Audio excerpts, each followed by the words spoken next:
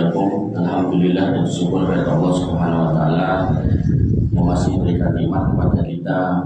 Tentu nikmat yang paling besar adalah nikmat keimanan, karena tanpa iman kita enggak akan selamat. Allah Subhanahu wa taala mengatakan, "Wa may yabtaghi ghairal islami dinan fala yuqbala minhu wa huwa fil akhirati minal khasirin." Siapa orang yang kemudian mencari jalan selain Islam, artinya memilih keimanan yang lain selain menjadi muslim, memilih jalan hidup selain Islam, maka tidak akan diterima amalnya dan dia menjadi orang yang merugi.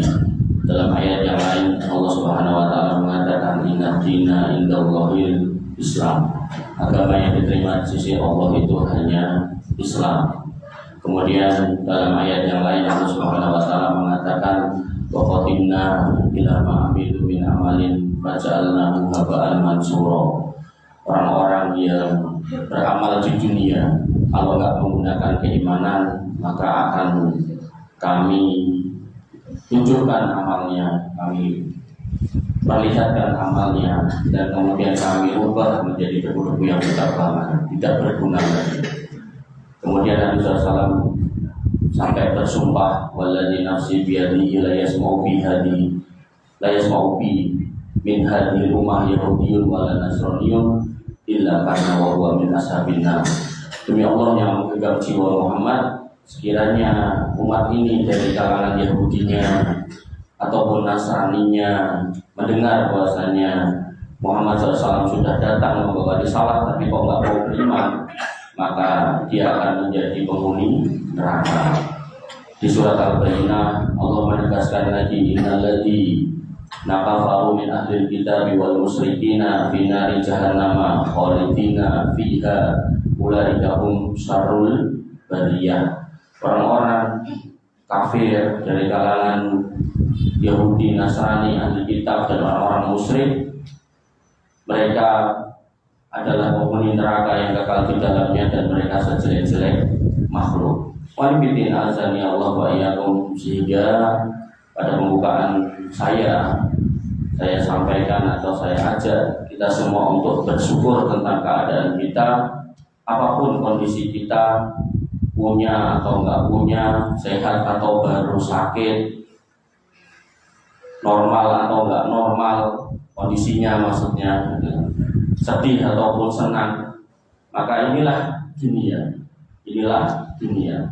Maka ketika kita ingin semuanya baik, maka insya Allah nanti di surga, dan surga hanya diperuntukkan untuk orang-orang yang beriman. Oleh karena itu maka penting sekali bersyukur tentang keadaan kita yang masih menjadi orang yang beriman. Bahkan untuk mempertahankan keimanan itu, sehari 17 kali kita mengatakan iyyaka na'budu wa iyyaka nasta'in ihdinas siratal mustaqim. Kita minta untuk ditunjuki jalan yang lurus sehari sampai 17 kali dalam rangka untuk tetap bertahan di atas keimanan. Dan keimanan inilah yang menjadi garansi seseorang untuk masuk ke dalam surganya Allah Subhanahu wa taala. Jadi tanpa iman tidak bisa.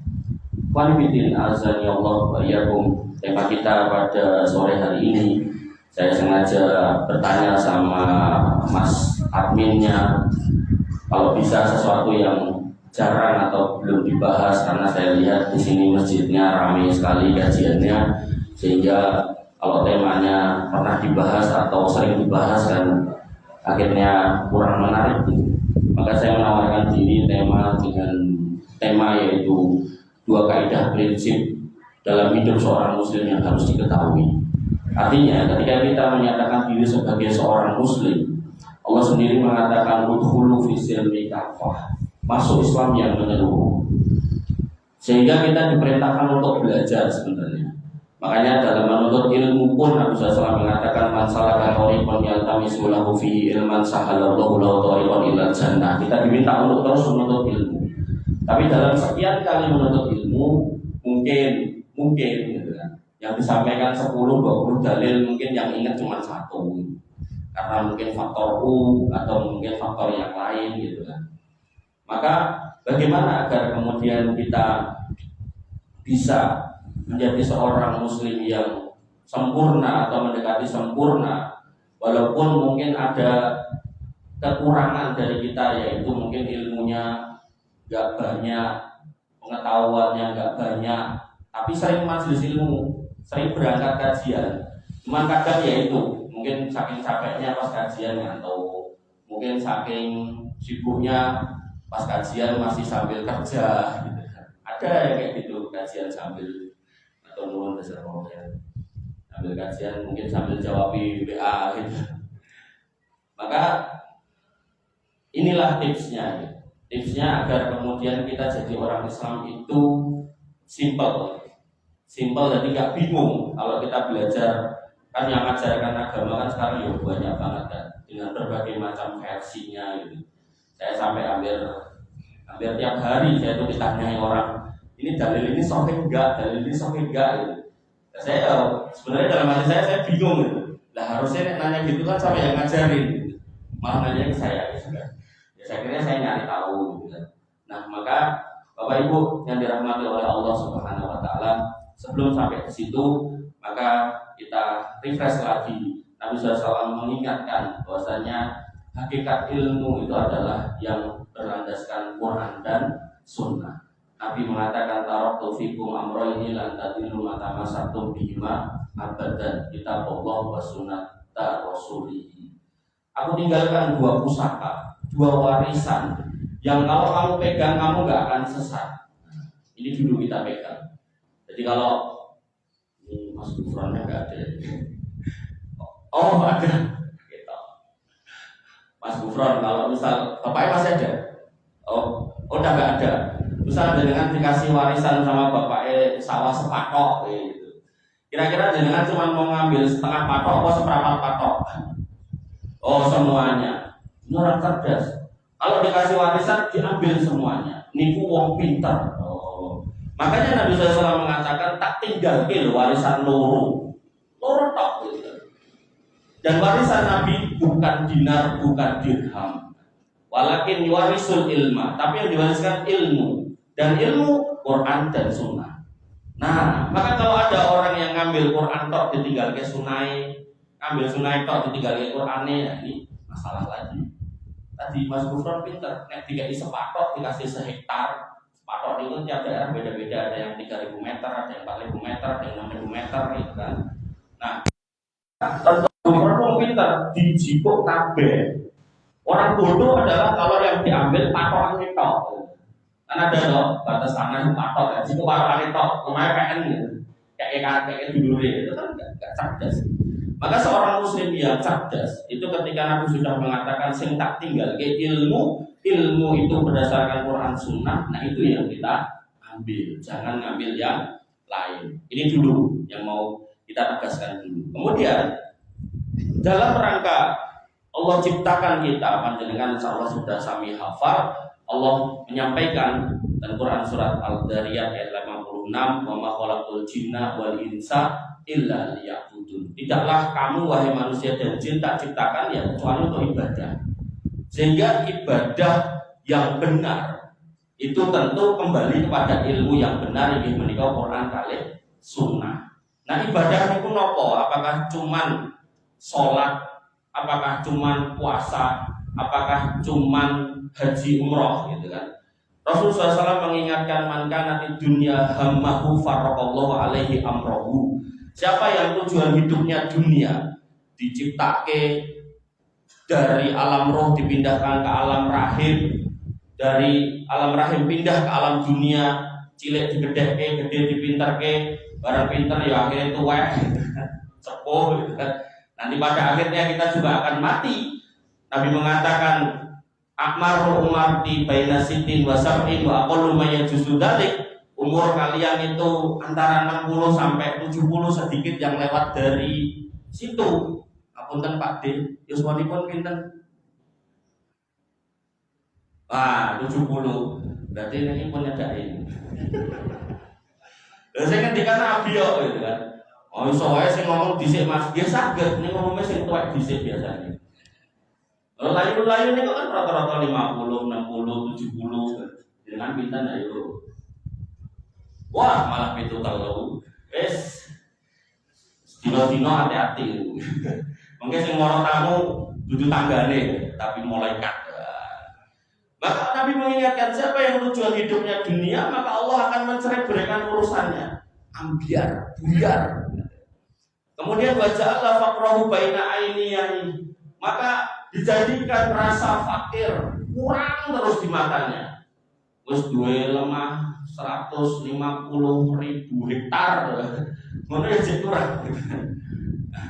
Atau mungkin wis duwe pesawat cacahe sekian, ngono ya kurang. Wis duwe bank segala macam bank, masih kurang. Ya, posisi BCA itu kurang. Gawe ini meleh, gawe ini meleh. Padahal nek mati, dunia itu cuma 3, yang dimakan, dibuang di belakang, yang disimpan mungkin ya kira-kira ahli waris. Nah, ahli waris itu diajari waris yang benar, insya Allah hidup yang benar. Tapi kan umumnya kira-kira nih, bos nopo nih, nanti anak itu menuntut warisannya sampai triliunan. Kemudian yang ketiga, ini yang menemani kita. Kemudian Nabi mengingatkan walam ya'tihi minad dunya illa ma kataballahu lahu. Maka dunia itu pun rumah perutnya sakit, rekso jam 9, jam 10, jam 11 atau 12 sudah enggak ada. Selesai. Jadi enggak ada tanda-tanda wes langsung. Berarti apa? Rezekinya habis. Pas dicek dompetnya, dicari KTP ajeng tinggi ngurus dan kelurahan, ditemukan catatan utang 7 juta. Berarti rezekinya wis entek jek ngutang 7 juta. Itu cerdas bapak ya, karena nulis utang nih bahaya nih nggak nulis utang gitu. Karena Nabi SAW mengatakan pulau yang menjadikan aku tersinggung, tersinggung pulau tak nulis. Kemudian bapak kan ada akhirah niyatahu sama Allahu amrohu wa ja'ala ginahu bi qalbihi wa atat dunya wa hiya rohimah. Siapa yang kemudian menjadikan dunia, akhirat sebagai tujuannya, maka Allah akan mengumpulkan urusannya gampang loh. Gampang mayar, dua anak yo nurut-nurut, dua bojo yo manut, tinggal kawin meneh ora nesu gitu kan. Nah, kemudian dia akan menjadikan kekayaan dalam hatinya. Dikai sithik alhamdulillah oke tambah syukur. Kadang itu nek Pak D kok tanya, jenengan nek di desa itu dipakai pinten? 2.000. Jenengan nek jajan 10 miliar dipakai pinten? 500 napa? 500.000 lho. Nek 10.000 diinfak 2.000. Niku pirang persen? 20% kan? Duit 1 miliar infaknya 500.000. Niku pirang persen? Ayo Mas Gubernur, biar matematika pinter toh. Pirang persen? 0, kudune nek 20% berarti kan kudune pinten? Nek 1 miliar 200 juta ya toh. 500.000 piye? Itu loh manusia. Ya enggak salah beliau, wong panjenengan liyane paling ya padha wae. Sing guyu paling ya padha wae. Tenang mawon Pak Dene kancane oke gitu kan. Nah, maka dikatakan apa? Akan dijadikan kekayaan dalam hatinya. Jadi nek infak ya 20%, dikai surga ya tetap 20%. Makanya nanti dalam hadis bab sedekah wong ra duwe niku pahalane luwih gedhe timbang sedekah wong sugih. Mergone niku wau, ra duwe infak 2.000, dite 10.000, 20%. Wong sugih dite 1 miliar, infake 500.000. Jadi ketoke luwih akeh. Ning ganjarane akeh wong ra duwe. Pramila dengan kalau kemudian paham betul hadis ini, maka hati kita niku akan jembar ngadepi urip. Denku sithik ora apa-apa, ganjaranku luwih akeh timbang Pak Presiden. Lah apa? Lah aku anggere infak 2.000 denku 5.000. Presiden ya 2 karuan. Aku mulai lurah mriki alah 2 karuan. Kemudian wa atadhu dunya wa hiya rahimah, dan kemudian dunia itu akan dibuat datang kepadanya dalam kondisi hina. Makanya nek enten wong titik-titik omongane soal duit, ngutang lah, nyileh lah, jaluk lah. Titik-titik soal duit dengan nek ngerti kok, manusia silver nek kok. Terus adus cek sing bagus apa Mas? Cek apa lho boten mudeng. Kulo nganti bingung iki salat ora wong kuwi. Nah, minta 1.000, 2.000 dikumpulkan sampai menghinakan diri ramben. Sampai saya pernah di satu kota itu, saya ini orangnya orang silver Pak, ada yang biru. Khususnya nek sing ijo dan buta ijo. Ah, sak kolore barang, sok kolore dicopot kan. Maka sampai seperti itu mulai dunia. Niku sing level sepele. Kita levelnya oke gitu, tapi kemudian dia berani nyolong, korupsi dan seterusnya. Nabi SAW dulu pernah punya asisten, punya budak yang ikut berjihad. Kemudian para sahabat memuji dia karena mati syahid. Kemudian para sahabat mengatakan, Masya Allah dia masuk surga karena mati syahid. Kata Nabi, orang kok pripun kok saged itu? Karena dia ngambil selendang satu kainnya tadi. Nek zaman dulu kain itu barang larang, Pak. Nek saat ini gombal itu murah gitu kan. Nek zaman biar larang karena dia harus dipintal satu demi satu, diambil dari bulu binatang satu demi satu, sehingga lembaran itu bisa mungkin ratusan juta. Diambil satu, dibawa mulai, dipek bahasa mereka, dibentek kan, dijipuk gitu kan. Padahal harusnya itu jadi ghanimah. Niku lagi gombal, pripun nek niku tower, telkom, pripun nek niku aspal, pripun nek niku niku lah pokoknya.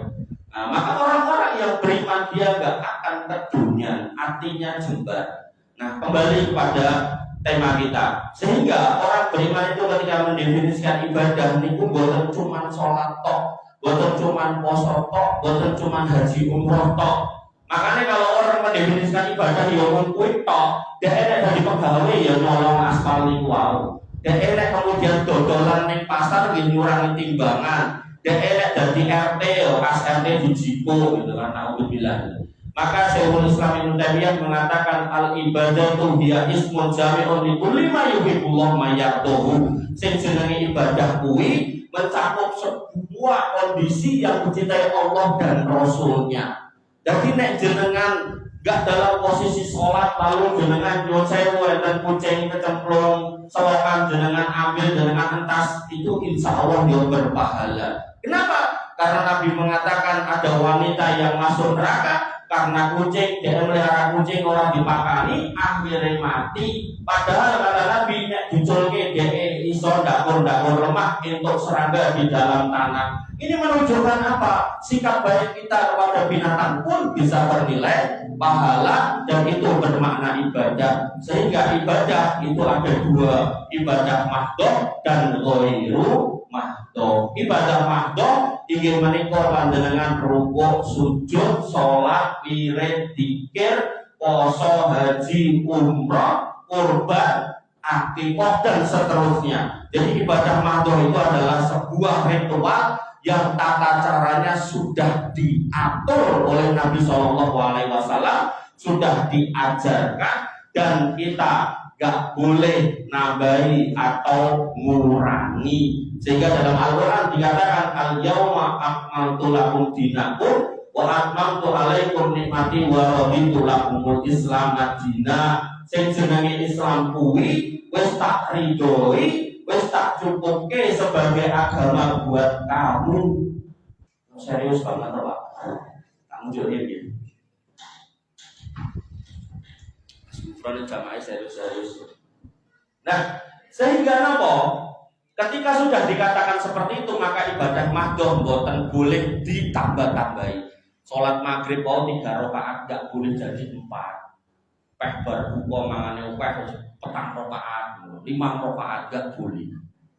Termasuk misal jenengan kurban. Kurban itu kan aturannya adalah bisa kambing, bisa sapi, bisa unta, bisa kebu gitu kan. Nah, mulai kita sing kelewat dinosaurus gak boleh.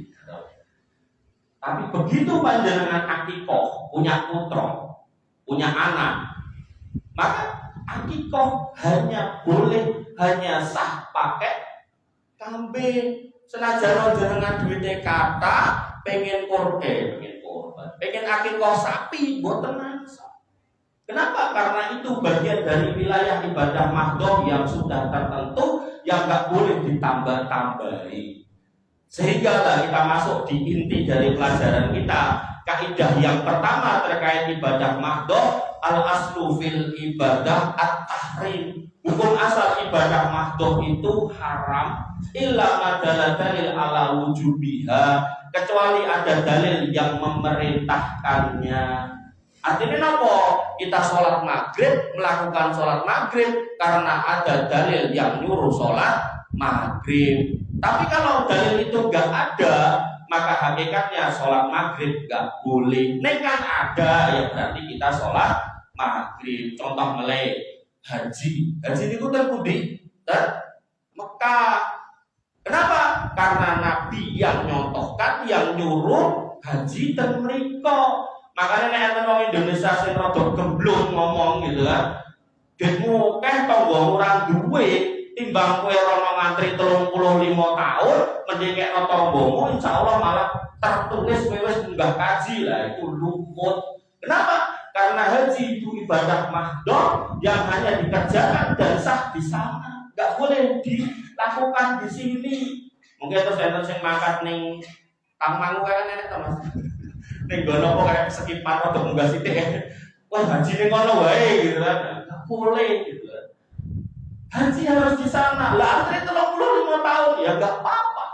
Lah kok aku kedisian mati? Nah, nggak apa-apa. Baru itu nanti insya Allah dengan tercatat sebagai orang yang menjalankan haji. Jadi kaidah yang pertama nih, artinya panjenengan nek pengawasan dimanapun ngajari sesuatu, ini mahdoh apa mahdoh ya? Nek mahdoh berarti ada tata caranya, ada metodenya, ada bacaan tertentunya, mungkin hari tanggalnya, mungkin tempat khususnya. Kalau itu berarti masuk mahdoh, tinggal ditanya dalilnya orang. Penting nih saya itu, karena nanti akan ada orang-orang yang mengajarkan macam-macam yang dia nggak ada dalil, dia hanya bermodalkan jamaah yang banyak terus mengatakan tak ijazahkan kepada kamu sebuah bacaan nek mbok waca pas tanggal semene, mbok baleni ping sekian kali, dompetmu ora bakal kosong dan seterusnya dan seterusnya. Modelan-modelan seperti itu. Ah, ini adalah jamaah dompetnya kosong, akhirnya mantuk-mantuk diamalkan. Padahal ketika kita ngomongkan ibadah mahdoh butuh dalil. Nah, kemudian ibadah yang ghairu mahdoh adalah semua kebaikan, semua kebajikan yang kita lakukan yang tidak bertentangan dengan syariat dan diridhoi oleh Allah dan Rasulnya. Contoh, iki enten Mbah aku lali jenenge, tapi lebih sare dia. Nah, ibu jadinya berangke wong ten pergi gitu kan. Itu gimana? Itu mahdoh apa bukan? Bukan gitu kan. Karena Nabi nggak pernah ngomong sempritan gitu kan. Nah, terus ada lagi orang yang kemudian nanam padi, itu mahdoh apa bukan? Bukan, karena kalau kita ngomongkan pada zaman Nabi nanamnya kurma gitu kan. Atau misal ada orang pakai timbangan sing kayak gitu, timbangan beras niko gitu kan. Mahdoh apa bukan? Bukan, karena Nabi pakai esok gitu kan. Kalau mau liter itu loh. Maka ketika konteksnya ghairu mahdoh, itu bahasa lainnya adalah namanya muamalah, maka kaidahnya al aslu fil muamalah al ibahah illa madalla dalil ala tahrimiha. Hukum asal muamalah, hukum asal ibadah ghairu mahdoh itu boleh kecuali ada dalil yang melarangnya. Nah, saya tengok ini berarti Mas Gufron tak ya, serapa kok tak tengok meneh. Dodolan motor itu Mas. Boleh. Kenapa? Karena itu masuk muamalah dan itu nggak ada ketentuannya, nggak ada aturannya, nggak ada larangannya. Oh ada larangannya. Apa? Kok kowe nyentuh ke Gufron dodol motor? Lah piye to? Wong dhek teko arahku hukum dodol motor jawane itu pusing. Sing didol motor colongan gitu kan. Nah, berarti batasannya di colongan itu. Artinya apa? Hukum asal jual belinya boleh, yang dijual motor juga boleh. Nah ternyata motornya hasil nada atau sinten Sidoarjo nih kalau aparat nadari dilebokke teng gudange TNI gitu, terus dikirim teng NTT niku nek boten kletu, napa di Polres T niku sampai ratusan motor gitu kan, omsetnya miliaran per bulan. Gitu. Itu nggak boleh, bendanya boleh motor diperjualbelikan oke, tapi itu motor colongan nggak boleh. Sehingga ketika kita kemudian mau bisnis apa aja, hukum asalnya boleh kecuali yang dilarang. Kecuali yang dilarang. Sakniki misal iki enten melih lakon dodolan tongseng segawon. Nah, asal boten dalile ra enek lho sing nglarang ra entuk mangan piring enggak ada lho. Ayo. Penting niki karena nanti ada jamaah yang jumlahnya banyak, ustadznya ngomong di dekat jamaah untuk orang mangan niku wau sikil papat pedus balang niku wau gitu kan. Jawabane boleh ana ning Quran. Nek enek tak haramke, nek ra enek aku ora haramke gitu. Jawabane ngoten. Lah jamaah yo bingung. Golek yo ora ketemu. Wong yo ditekoki seketika itu suruh jawab seketika itu ya pasti susah jawabnya gitu. Ayo, dalil melarang makan anjing enggak ada. Kira-kira boleh enggak jualan sensu niku? Mas Dhuwur wis, ketok serius banget. Itu orang. Dalile ra enek lho, kan kaidah muamalah al aslu fil muamalah al ibahah, hukum asal muamalah kabeh itu illa madalla dalil ala tahrimiha, kecuali ada dalil yang melarangnya. Dalil sing melarang makan anjing enggak ada lho. Ayo. Boleh enggak? Bingung. Maka ketika seperti itu, hakikatnya kita kembali kepada Quran. Qurannya bunyinya seperti apa? In kuntum tuhibbunallaha fattabi'uni. Nek kowe ngaku tresna karo Gusti Allah, milu aku. Aku niku sinten? Nabi. Nah, nabi itu berarti apa? Hadis. Maka ketika kita kembali kepada hadis, apakah Nabi pernah memakan anjing? Enggak pernah. Apakah Nabi pernah melarang makan anjing? Enggak pernah. Tapi Nabi mengatakan apa? Kullu dinabin minasibai fa'akluhu haramun. Kabeh kewan sing duwe siyung ngrikiti kewan kuwi boten nangsal. Jadi orang mung segawon tok, kucing niku jenengan periksa-periksa boten nangsal Pak Di. Napa meleh sing nganggo siyung? Buta ijo boten entuk. Napa? Macan, enten sing berburu blacang, enek Mas Saiful. Iki nggo obat kuat iki ya, golek kucing hutan ya. Ora entuk kuwi pul. Jadi ada wong loro sing aku ngerti jenenge. Telu wae iki masuk julud deh, kapok. Enggak boleh. Kullu dinabit minasibai fa'luhu haram. Dari situ sih wis haram satu nggih. Kemudian yang kedua, Nabi menjelaskan apa tentang segawon niku wau. Ilere niku nek nganti dilatih bejana kita, niku suruh mencuci 7 kali. Yang pertama atau yang terakhir pakai tanah. Ini menunjukkan itu najis moga lado nek idune mawon niku wis kaya ngono, napa meleh getih, napa meleh daginge. Makanya wong sing do mangan sengsu niku mau niku ora dibelah dikepruk sok-sok dideleke ning banyu wis mati terus dibelah getahe nggo godhog daginge niku. Jadi haramnya berlipat-lipat kali gitu. Dong boten serius banget nih. Serius banget nih bos. Aku nek peneleng ini bingung gitu. Ngoten, nggih. Jadi gak harus sesuatu itu dalilnya ora. Haramnya nek ora, maka kita bisa turunkan. Kenapa? Karena yang namanya Nabi Muhammad SAW itu mendapatkan mukjizat itu sebagai jawamiul kalim, omongannya sedikit tapi maknanya luas. Ketika dikatakan binatang bertaring ora itu, ya ora usah dadak ngomong iki rong karuan kire mungkin dinosaurus yang enak taringnya lah wis kaduan. Maka semua binatang yang bertaring kita jauhi. Gak boleh kita makan belacang, kucing, terus mana pun. Jadi kok batuan lho kok pun. Kapok. Gak boleh gitu. Nah, lucune itu anjing yang nganggo truk mlaku ke arah Solo. Sing ngrikiti wong Solo coba. Insyaallah boten jenengan sing niko-niko gitu kan. Makanya melalui ini kita pertegas bahwasanya orang itu kalau ngaku Islam ya toh, KTP-nya Islam, yo jangan makan anjing. Lah Ustaz kayak ngomong ngono wis ben gitu kan. Ini udah ada yang ngomong yang lain gitu. Dalile wis teko. Senajan tidak menyebut haram makan anjing gitu kan. Tapi turunan dalilnya tadi loh. Berarti kan ada 2 kali. Dari sisi zatnya udah, dari sisi binatangnya bentuknya enggak sudah. Karena sudah 2 kali ya udah nggak usah ditafsirkan yang aneh-aneh. Ya anjingnya nggak boleh dimakan. Makanya wong kafir-kafir nih kok itu punya slogan, punya semboyan. semua yang berkaki 4 saya makan kecuali meja. Rasa melu-melu.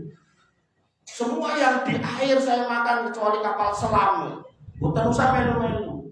Dengan ajeng mangan kapal selam tenggen buka tol. Nah, mungkin ngejak kula nanti kok. Bapak-bapak dan ibu-ibu yang dirahmati oleh Allah Subhanahu wa taala, ketika panjenengan sudah hafal 2 kaidah niki, mungkin dengan pengawasan terputih kemawon, diajari nopo kemawon, gampang pekane sik iki ngomong apa to iki? Dol tinuku, berarti kabeh entuk kecuali enek larangane. Oh ngomongke soal wiritan, kon wirid gede-gede ping 30.000, engko nek nglakoni kuwi kok ngene kok ngono gitu kan. Nah, dalilnya ora. Tanya dalilnya. Kalau ada, monggo, kalau enggak ada stop. Sesimpel itu orang beragama. Jadi nggak harus dengan hafal. Kita biarkan para ustadz, para guru, para kiai, para ulama yang hafal. Dan panjenengan sebagai mustami harus peka. Ojo pek jenggote dawa, kok ngomong apa wae melu gitu kan. Baca bu surat Maryam, demok otaknya jalus-los, ben anake ayu wae. Terus apa mulai? Baca surat Al-Waqiah ben utange lunas gitu kan. Lah buktine do sing maca akeh jek do utang gitu kan. Padahal namanya agama kalau dilakoni mesti kejadian. Artinya kalau itu dilakukan tapi memang dalilnya enggak ada, cuma direko-reko, ya insya Allah ya tetap diutang. Makanya Nabi mewanti-wanti. Maka dzaba alayya muta'ammidan falyatabawa maq'adahu minan nar. Sapa wonge sing wani ngomong soal agama ning enggak pernah tak sampaikan, enggak pernah tak ajarkan, enggak pernah tak didik kalian untuk melakukan itu, kok mbok lakoni, mbok ajarke, mbok sampeke, hati-hati kowe mlebu ning neraka. Nah, gitu. Makanya ketika kita paham satu hadis, satu dalil, ada perintah untuk menyampaikan balighu anni walau ayat. Sak dalil sampaikan. Boleh, tapi apa? Anni, batasannya ini lho, anni. Jadi ketika kita mau menyampaikan dalil, tadi imamnya maca Al-Asr gitu kan, mau menyampaikan tafsir Al-Asr silakan, tapi pastikan yang disampaikan sesuai dengan pemahaman Nabi SAW dan para sahabatnya. Jangan sampai kemudian ini menurutnya guruku, menurutnya kiaiku, menurutnya ustadku, tapi kemudian pas ditelusur ternyata jauh tafsirnya. Contoh mulai atau bahti pes niku kula ngajarke akidah. Ten niku babe tentang arwah gentayangan. Tentang Al-Qur'an dikatakan wala taqulu lima yuqtalu fi sabilillahi amwat bal ahyaun inda rabbihim yurzaqun. Jangan kamu katakan kepada orang-orang yang mati syahid itu mati, tapi hakikatnya dia hidup, di sisi Rabb-nya dia diberi nikmat. Iki ning makam-makame wong-wong sing dikeramatke ditulis di makam-makam ini. Nah, mereka kemudian mendoktrin umatnya apa? Moro ini nek duwe masalah njaluk ning kubur iki lho. Makanya ada pirit kalau mereka ke situ, ya Habib Fulan bin Fulan, Sahilana bin Fulus, kertas merah yang halus-halus gitu kan. Nah, sampai dibikin solawatannya atau dikiranya seperti itu.